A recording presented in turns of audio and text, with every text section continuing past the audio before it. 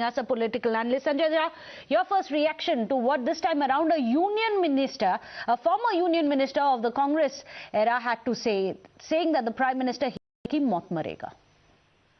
You know, I do believe that we need to maintain a very civilized, graceful political discourse in India. I do understand that, the Congress and BJP are each other's political opponents, but we are not enemies. We don't have to get bitter. It doesn't have to get venomous. It doesn't have to get so impertinent and rude. So I'm just going to request people not to use this kind of language. It's reprehensible, regrettable.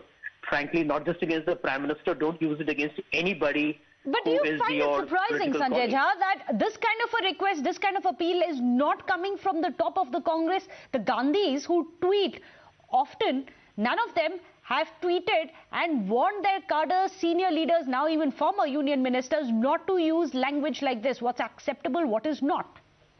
Can I be very frank with you? This is Definitely. Every political party, including the BJP, is guilty here. Let me give you one example.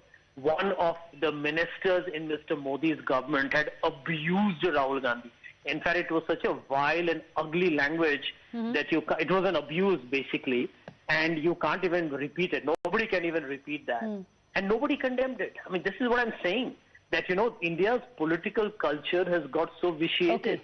And everybody is guilty. Let me tell you, across the board, bipartisan, everybody is guilty.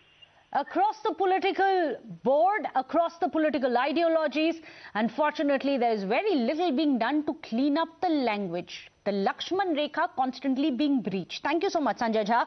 In fact, let me go back across to Neelashish. Neelashish, I was asking you last week when we had Sheikh Hussain, and that too in Maharashtra, which is where the Congress is in power. Any kind of action taken against Sheikh Hussain about the statement that he had made wishing the Prime Minister a dog's death?